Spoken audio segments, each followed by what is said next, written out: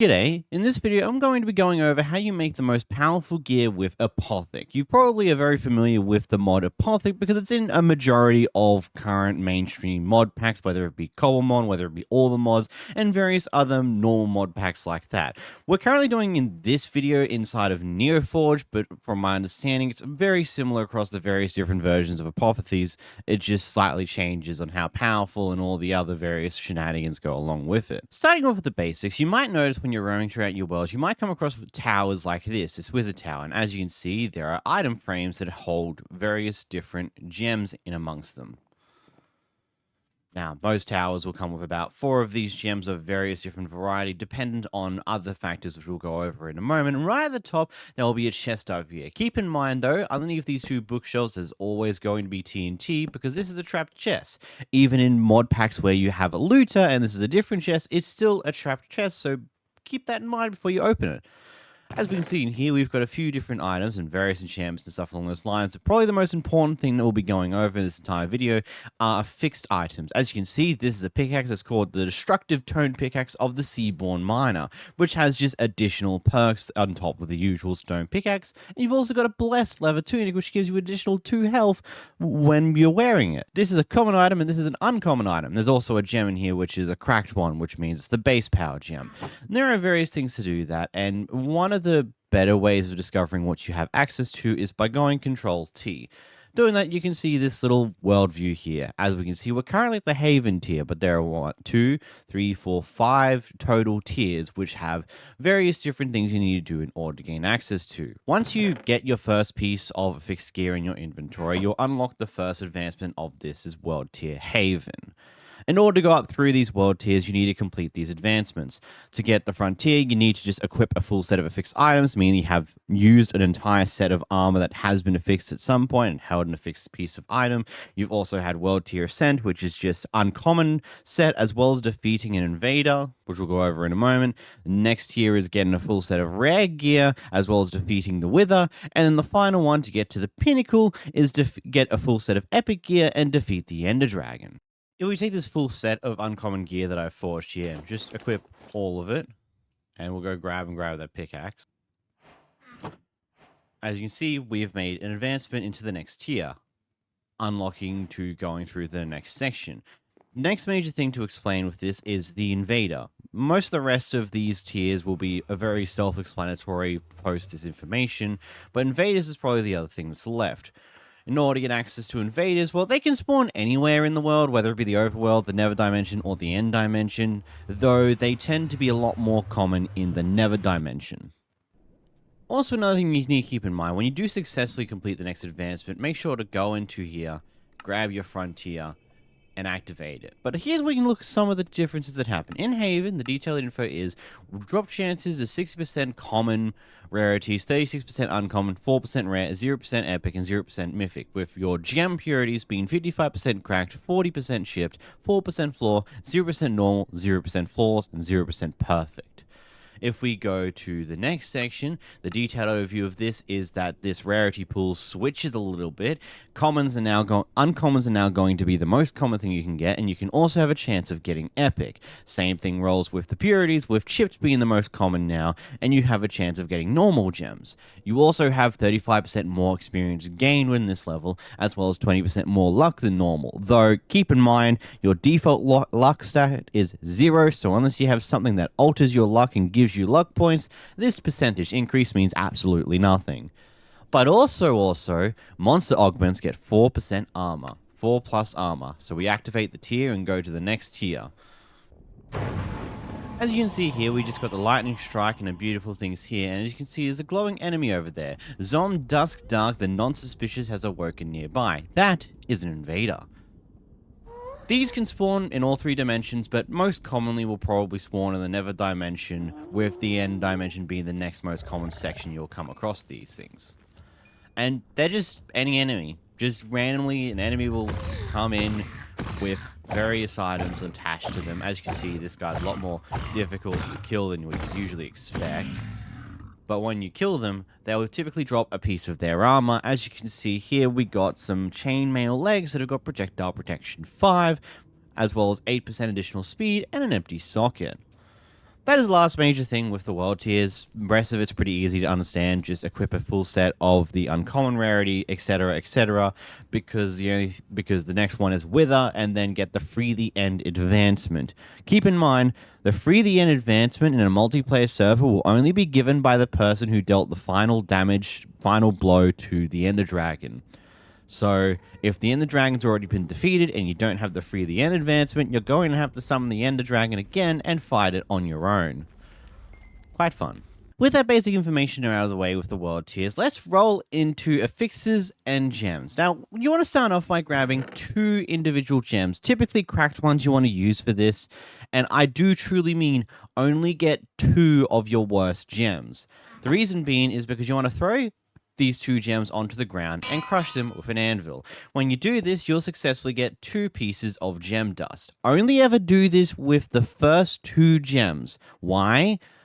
Because it's worthless otherwise. You only need 2 gem dust to do this next thing, which as we come over here, if with the 2 gem dust we just got a lava bucket, an iron axe, an iron pickaxe, 3 copper ingots, and a smithing table, you can create yourself the salvaging table. Here is where you want to do everything along these lines later on. So now you can take your single gem in here and crush it. Whilst we got 1 gem dust here, you can also get upwards of 1 to 2 gem dust from these basic gems. Hence the reason why you really only want to do 2 gems underneath an anvil, because you want to make the salvaging table afterwards to smash the rest of your gems. Heck, additional things is you can just fill up this place with a bunch of gems or various different items to get various different results, as long as not more than 6. And as you can see, we can get anywhere from 12, which is the round gems we have here, to 24 gem dust. We smash it here, we got 19 bits of gem dust, which is better than what we would have if we just smashed all of these underneath an anvil. Pretty neat. But furthermore to that, not only can you smash the gems in the elf world you come across, you can also smash the affixed armors you come across. In here, we've got a bunch of different things. We've got a piece of armor and a weapon of each different rarity variety. If we throw it in here, the common rarity items will smash into mysterious scrap metal. As he says, rarity material, common. Uncommon rarity items will smash into time-worn fabric, which is rarity uncommon. Rare affixed items will smash into luminous crystal shards, as you can see, rarity material rare. Epic affixed items will smash into arcane sands, which is epic rarity material. And of course, the mythical stuff will smash into god forged pearls that are mythic rarity. With these materials, you can use these to affix other different items, but in order to do that, you need to create this little thing here called the simple reforging table. In order to craft one of these, you need to get this little crafting recipe here: 3 smooth stones, 1 enchanting table, an iron ingot, and 2 gem dust, which will give you a simple reforging table. As you can see here, we got this simple reforging table, but there's also an additional item in here, a sigil of rebirth. These are also necessary if you want to re-roll affixes on items or just add affixes to items that don't already have them. In order to craft them, you need to first craft a gem fused slate, which just requires 8 deep slate and a single gem dust to make 8 gems fused slate. You can then take 6 of them plus 3 gem dust to make a sigil of rebirth, or 6 of them. It's always recommended to have a bunch of them in here because it consumes a lot. We roll over here and let's say we got a mace we want to enchant. We throw it in here. As you can see, you get 3 different options. You've got this lower tier option, which requires 2 sigils of rebirth, 2 shards, and 1 enchantment level, at the level requirement being level 15. This tier 2 variation, which requires 4 sigils of rebirth, 4 luminous shards, and 2 enchantment levels, with requiring you to be at level 30. Or this one here, which requires you to be level 45, the best one you can technically get. Ultimately, it's the best of just looking through the things here. As you can see, it also adds empty sockets. So we smash it here, and now we've got our weakening mace of the caustic realm. You can always re-roll these later on, and you can also upgrade things. So let's say let's get a Trident this time around. We grab, let's say, we make them uncommon first because that's the resources we can get. And now we've got enough resources to make an uncommon variety. You can take this and reforge it. And then again, with the rarity reforge, we can go again and get the next level. And hey, we can keep going. Wait a minute, I can't put the arcane shards in here. What does that mean? Well, you see, this simple reforging table can only do up to rarity tiers. If you want to go any further than that, go to epic or mythic affixed items, you need to make this little guy over here, the reforging table. This crafting recipe requires the simple reforging table, 3 nether bricks, 2 arcane sands, and 1 netherite ingot to craft this monstrous thing. Again, it is the same as before, but now you can do epic level enchantments, and you can also do mythic level enchantments. Keep in mind though, the peak mythic level enchantment requires you to be at level 150, requires 15 sigils of rebirth and 9 godforged pearls. Quite expensive, to say the least. But hey, it's there. This accounts for the affixes side of the equation, but what about the gems themselves? We've talked about gems very briefly when it gets to starting to this, but now let's get into them in a little more detail. Gems, there are a huge variety of them in the world. There are various different gems and all have various different tiers. There are some gems that come in every single availability, but there are also some gems that are limited to, let's say, like the Endless Surge gem with a flawless or a perfect variation. Because the Inner Surge gems are really powerful, a flawless one gives anything plus 1 level to all existing enchantments on that item, and the perfect one gives you plus 2 levels to all existing enchantments. Most of the basic gems here can be found in chests anywhere, but a few of these gems are more so found by killing mobs. Gems of the Earth and Gem of the Royal Family come from killing mobs in the overworld. Gems of the Ravenous Bloodlord and the Incendent Inferno come from the Nether Dimension, and the Ender Surge gem and the Mage Slayer come from the End Dimension. You'll come across most of your gems via chest hunting, but again, mobs when you kill them can have a chance of dropping gems, and of course, the rarity will depend upon what world tier you are at the current time. My honest recommendation for the most of the time until you're ready to really make the peak gear is to focus on getting your Splendor gems in at least 1 in each armor socket, purely because it gives you luck points. And you start with a base luck of 0, right? You get additional luck in there, and with the world tiers giving you more additional luck on top of that, it just works out to having a lot more extra luck, which means your odds of rolling better gems and affixed items in chests as you open them in the world is very good, especially if you're in a server that has looter chests. That can lead to some pretty crazy things. Let's say we've got our perfect gem of the samurai here. We're going to throw this into our mace. We could just go over here to a smithing table and you just throw your weapon in and you throw the gem you want in here. And as long as there's an empty socket in the weapon itself, you can add it. Now, our mace has a 50% crit chance on top of everything else it usually does. The same rolls with your armor. We're going to go make this beautiful bit of armor here. We're going to put our lucky tunic of health in here with a chipped splendor gem, and then with a chipped gem of the thing. I did not read that properly before I threw it in there, and as we throw it on, we now have more health than normal because of this giving an additional 3.5 max health, as well as a 10% health buff from the gem itself, and we've also got 1.25 luck on top of the 2.5 luck this piece gives on its own. It's pretty neat. But you might be asking, what if I don't have any sockets on my armor piece or gear that I want to add gems to? Well, you can make a little thing called the Sigil of Socketing. This requires 3 gems through state, 4 gem dust, an amethyst shard, and infused dragon's breath. You're probably wondering, how do I make infused dragon breath? I'm going to ask you to put a pin in that for now. We'll get to it. It just requires all of that to explain how the hell do we get infused dragon breath. So we'll get there, just not yet. Just keep that in mind for now. The Sigil of Socketing adds an additional socket to any item. You just simply add this to whatever item you want by throwing them into a smithing table with an empty socket, and it just adds an empty socket. Keep in mind though, if the item's already got 3 sockets, this will not add any additional sockets. But what if you got a bunch of gems, lower tier gems inside of your armor case that you want to now remove and replace with better variations of gems? Well, that's where the Sigil of Withdrawing comes into effect. You need 4 gem through slave, a gem dust, 2 ender pearls, a lava bucket, and a blaze rod, and then you can take one of these, go over to your smithing table, throw in your piece of armor that has the gems, and the gems of withdrawal. As you can see, you will now pull out your chest plate without any sockets, and you'll get the 2 gems back that were once in it. This allows you to reorder these gems and put other things in there at some point, or various other shenanigans, or let's say you did that in a leather chest plate. Now you want these gems in your iron chest plate or diamond chest plate. You can pull them out and place them into your new piece of gear. Now, with the world tiers, you only have access to the rarity of affixes that it says here. You have no possibility of getting mythical rarity affixes. But here's a little quirk. You do have access to the next tier up of gems, because of how gem fusing works. In order to get to putting gems together to make better tier gems, you need a gem cutting table, which is a very simple recipe. Four planks of any variety, 1 gem dust, 2 smooth stones, and some shears, and you'll get yourself a gem cutting table. With the gem cutting table, you can take 2 gems of the same tier, of 2 identical gems, so we've got 2 breach gems here, take a material of a rarity variety, typically either 2 tiers below the rarity of the gem itself or equal to the rarity of the gem itself. It's just the rarity that you use will change the amount of things consumed. You throw your 2 gems in here, you put your gem dust in there, and we could use time worn fabric to go here, but it will use 9 of that to fuse these gems together. If we now put 2 of these base gems in here, as you can see, we can no longer fuse it together because now the time worn fabric is too low of a tier. We can use our luminous crystal shards though to fuse them together to make a flawless gem.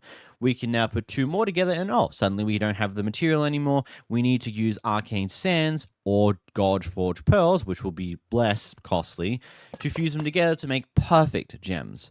You can do this all the way through. With those fusions, we used about 20 gem dust and a bunch of our rarity materials, 9 of each one, and now we've got a perfect breach gem, which we didn't have before. We just had 2 normal breach gems. Basically, if you have 2 gems of the same tier and these are gems that you really want to get, you can just fuse the 2 together and upgrade them to the next tier, which is pretty neat. Next, we go to the final area of Apotheosis affixes, and we have the Augmenting Table. This table allows you to re-roll the affix that's on your affixed items. As you can see, this is a streamlined Titan of the Frostlands, but we can give it Lucky. We can upgrade it to a streamlined Trident of Frostlands that has additional luck than what it did before. We can give Glacial, we can do various different adjustments to get the exact stats that we want in there. You can also re-roll the one that you currently have to get different variety of stats if the affixed stats in here are not the ones that you're looking for. There's no luck in here anymore. We've got various different ones here. We've got streamlined here, arrow velocity. I don't know why that's a thing, but this is a trident. Maybe that affects that. I don't know. In order to make this, you will need these materials. 3 polished blackstones, an enchanting table, 2 god-forged pearls, and a nether star. Yes, this requires the killing of a wither in order to get the augmenting table. You also notice there's sigils of enhancements in here. This is a simple recipe that requires 4 gem through state, 4 gem dust, and 1 god forged pearl to make 4 of these. You'll need a pretty large variety of these, so let's go back in here and we can upgrade things. But as you can see, in order to upgrade this telepathic mace of the Berserker to the next tier, it requires 2 sigils of enhancement and requires us to be at 225 levels. Pretty high amount of levels. But hey, we improved the telepathic stat here, which didn't particularly matter much. Now, one thing I've pointed out to you is this requires a lot of experience points. Don't worry, there are ways to get around that, and you'll need a lot of experience points for this section, but we'll get there. And that is with a new thing called charms. Charms are just ways to make your potions more permanent. Instead of being potions that you drink and last for the specified timer on there, you can have charms that you can turn on and off that will slowly consume the durability of the charm unless you infuse them to make them unbreakable. As you can see, we've got a little charm here. The Charm of Ancient Knowledge 4. The Ancient Knowledge is a new potion that gets added by Apotheosis that gives you additional experience gain whenever you gain experience. This is a tier 4 one which gives us 1600% additional experience whenever we gain any. In order to create a charm, you need 3 potions of the variety you want to make a charm out of, as well as 6 blaze powder. But you'll probably want to know, how do you want to make the Ancient Knowledge bottles? Well, you just need 2 bottles of enchanting and your typical brewing setup.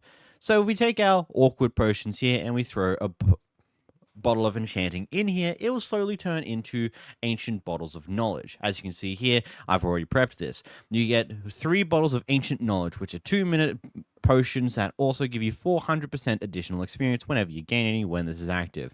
And in order to enhance this to the ancient knowledge 4, you just throw in another bottle of enchanting. As you can see, our one from earlier just popped up.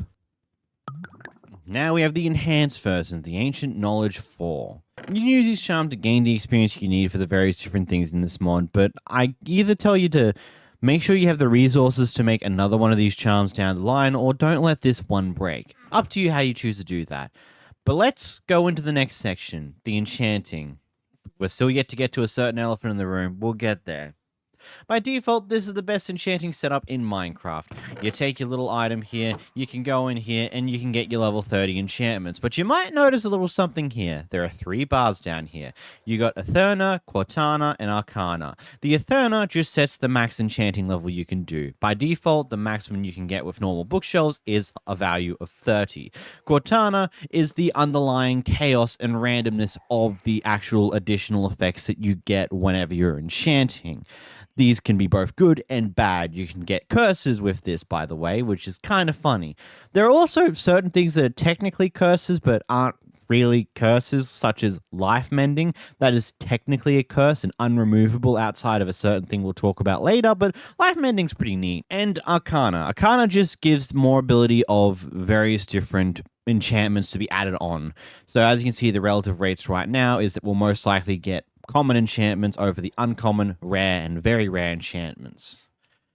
And also, bookshelves now have their own stats. As you can see, bookshelves only have 2 Eterna stats per bookshelf, and they give you a maximum total of 30. The bookshelf setup we got here.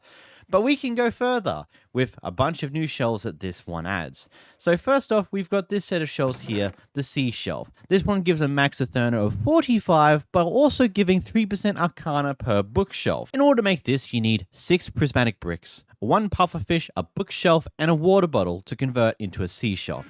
And as you can see, this full underlying setup here is now we can go up to level 45, and we also have pretty decent ability of getting some pretty good enchantments with these enchanting setups. There is also the other route of the Hell Shells.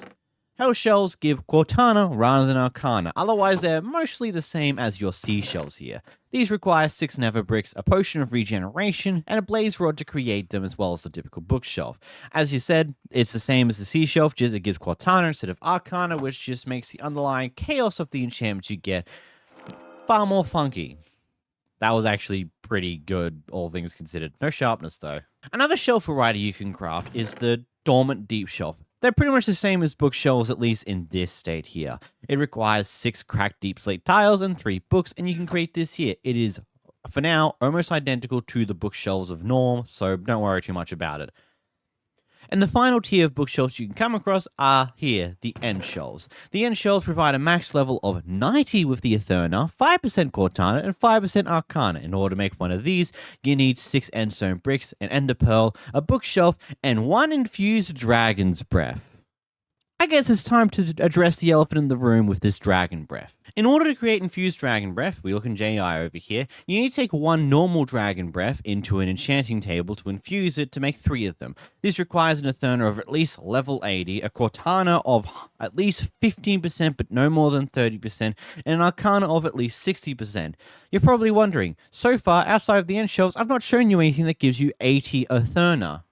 This is where the fun begins of this entire section, because you see these bookshelves that we have here, we can take this, throw them into the enchanting table, and infuse them for infused variations of their previous style. Instead of giving 3 Eterna and having a max of 45 Eterna and 3% Cortana, we now have 5 Eterna, giving a max of 60 Eterna and 5% Cortana. The same rolls true with the seashells. We can throw one in here, infuse it, and it gives us the better variation.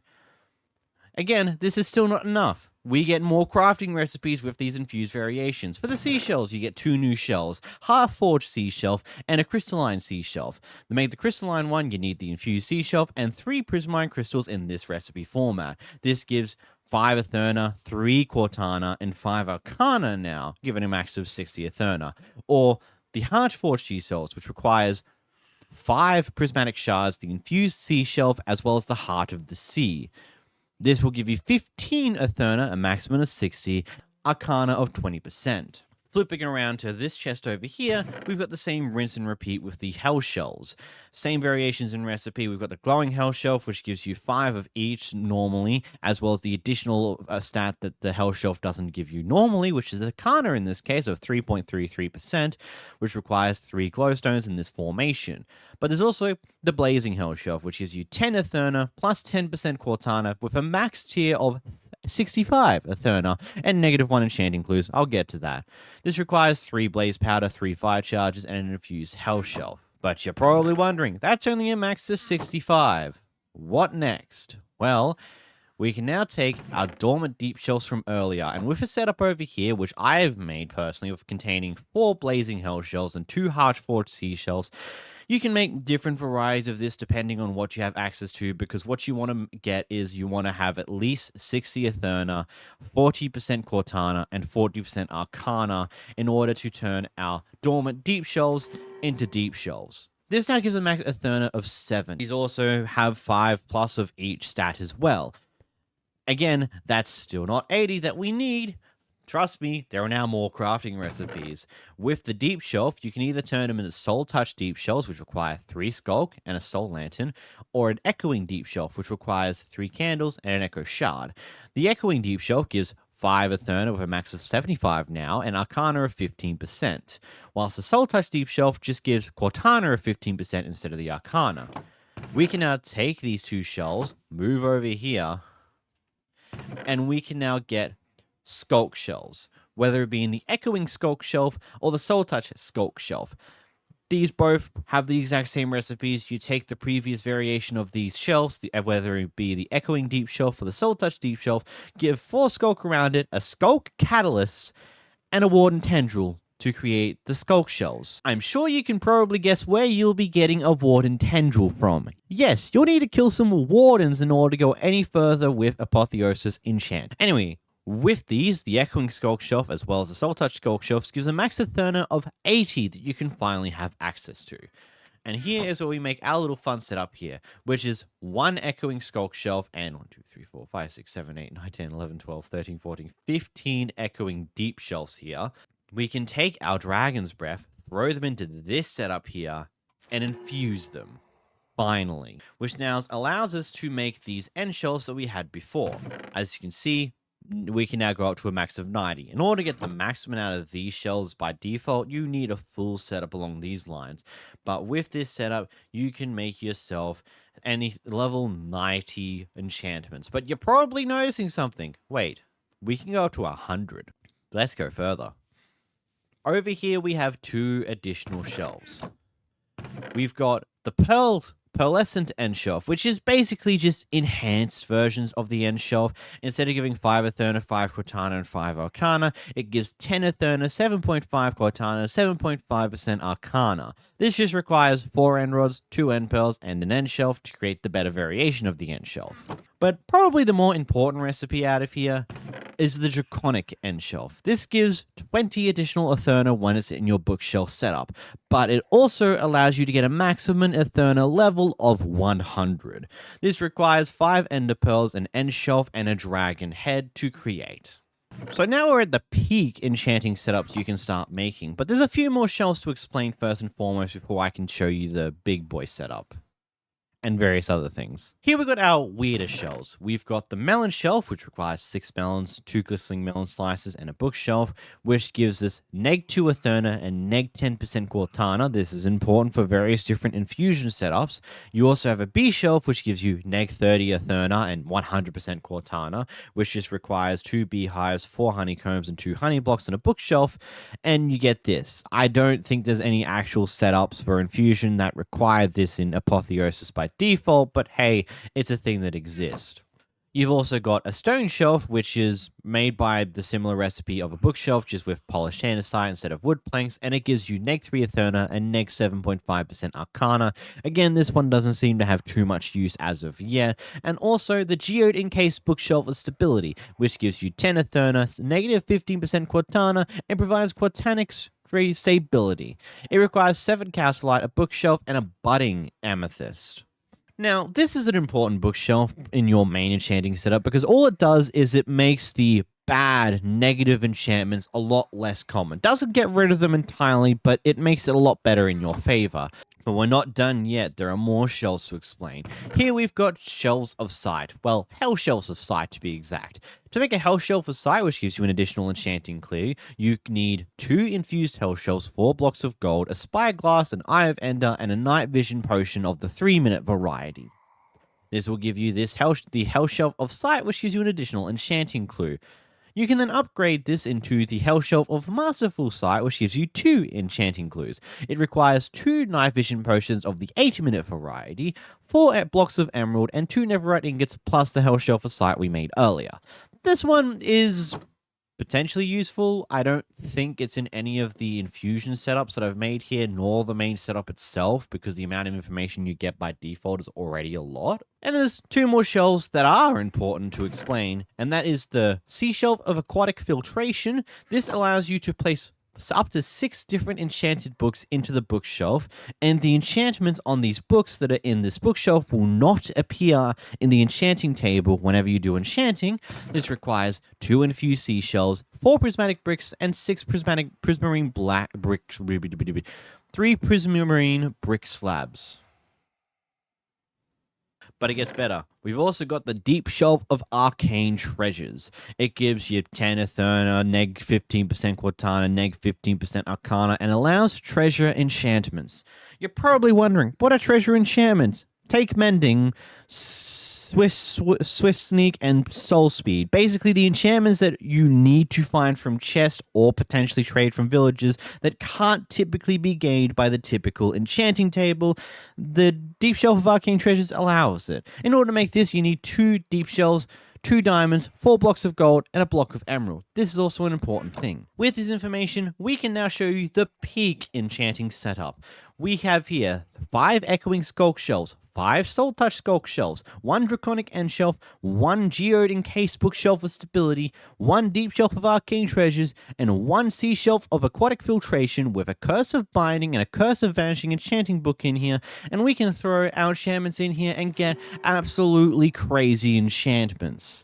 Again, you can filter out the different sharpness stuff that you don't want, and it's quite crazy. As you can see here, from just 1 enchantment, Bane of Arthropods 7, Sweeping Edge 6, Fire Aspect 3, Knockback 3, Looting 6. Pretty nutty. But you probably already noticed it requires 100 levels to enchant. It requires you to be level 100 in order to enchant and cross a bunch of experience points, usually about 2 to 3 levels if you're actually at level 100. I'm not. I'm just enchanted. So, yeah. As you see, the red one here is a cursed, bad enchantment, life mending, but it's not really that bad. It just takes regeneration that you get and gives it to your tools or armor or whatever you have. Also, this mod adds in tomes of books.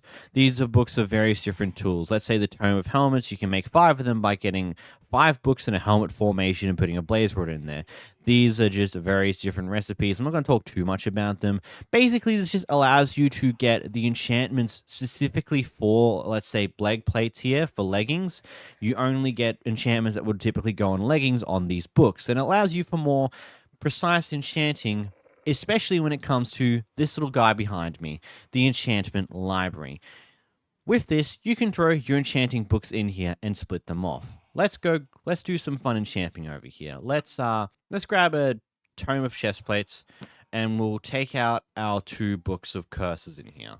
And you see Curse of Binding, Curse of Vanishing. We throw this in here, and we can grab ourselves an enchanted book that's got a Curse of Binding, Rebound 5, Life Mending 3, Berserker's Fury 3, and Icy Fawns 4. We can throw this into the Enchantment Library, and wham! It splits all of these enchantments individually. I can now pull out Curse of Binding on its own accord, and it's no longer attached to the rest of those enchantments. When you throw an enchanted book into this library, it will now store the max level of each enchantment that it's ever seen. So for Fire Aspect here, it's seen a max level of level 5, which means you can pull out a book of level 5. But interesting, you can also pull out a book of level 1.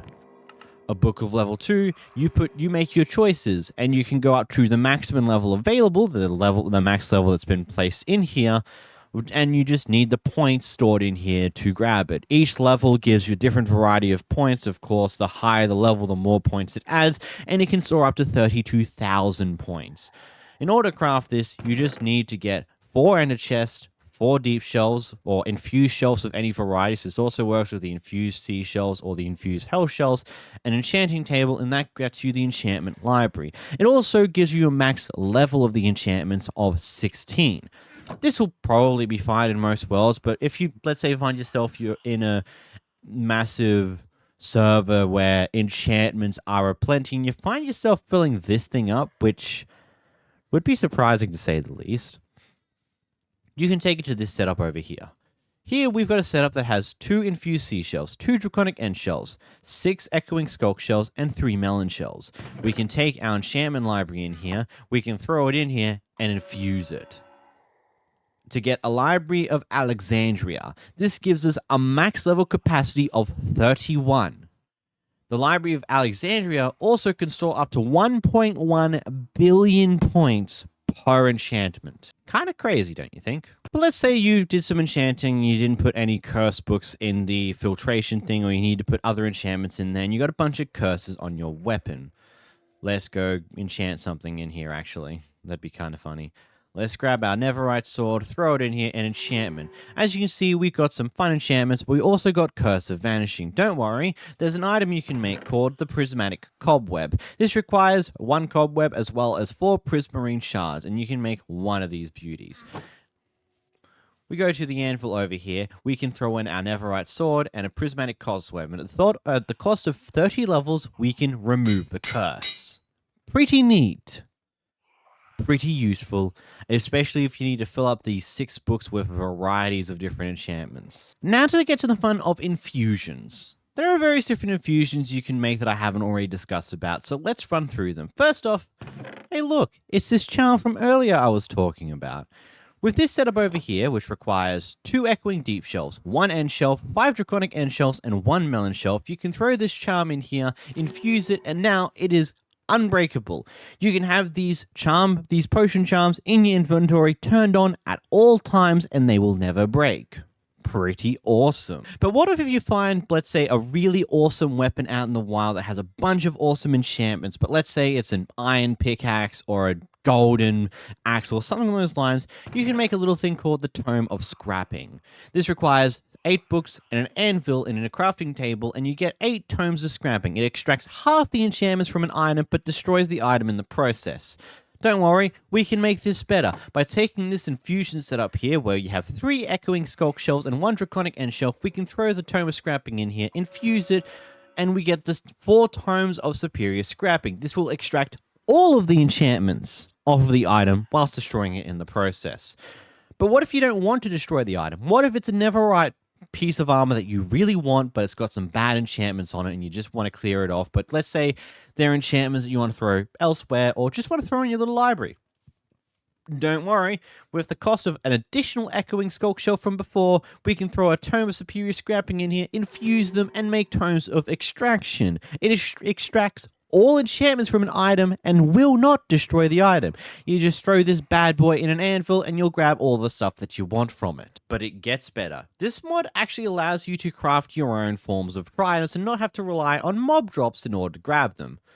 Well, less so. In order to create an inert trident, you require 1 iron ingot, a heart of the sea, and 3 nautilus shells. The inert trident does absolutely nothing. It does not function. It is completely unusable. But don't worry, we can make it usable. At the cost of 4 echoing skulk shells, a melon shelf, and a normal bookshelf, you throw it in here, and we can infuse them into a normal trident, which you can then enchant further.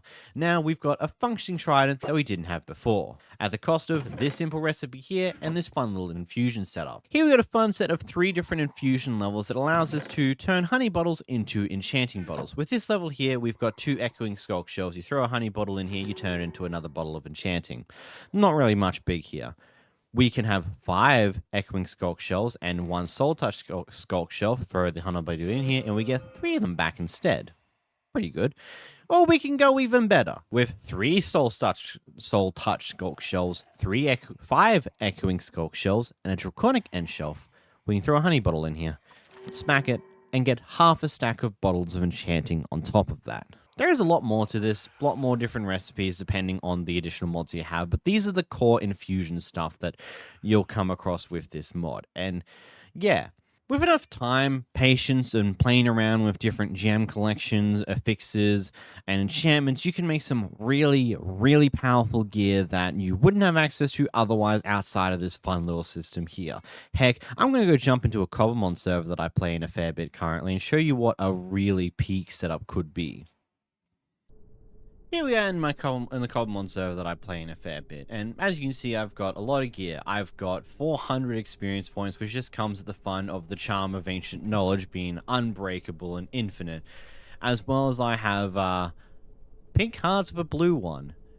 And that's because if we go into our stats here, I've got 40 armor points almost, 26 armor toughness. Rolling furthermore in here, I do 172% additional crit damage. I receive almost 250% additional healing than normal. I've got 100% knockback resistance. I've got 70 luck. Got a maximum health of 181 hit points. Granted, some of that comes from the crystal heart charms from artifacts, so won't worry too much about that. But what we have here is some really potent armor. As you can see, I've got an Everite helmet with a giant block of text. I'll just leave that there for a moment so you can really read the obscene craziness of this. Moving furthermore to it, again, chest plate with a lot of text, lot of stuff, lot of gems, a lot of fun.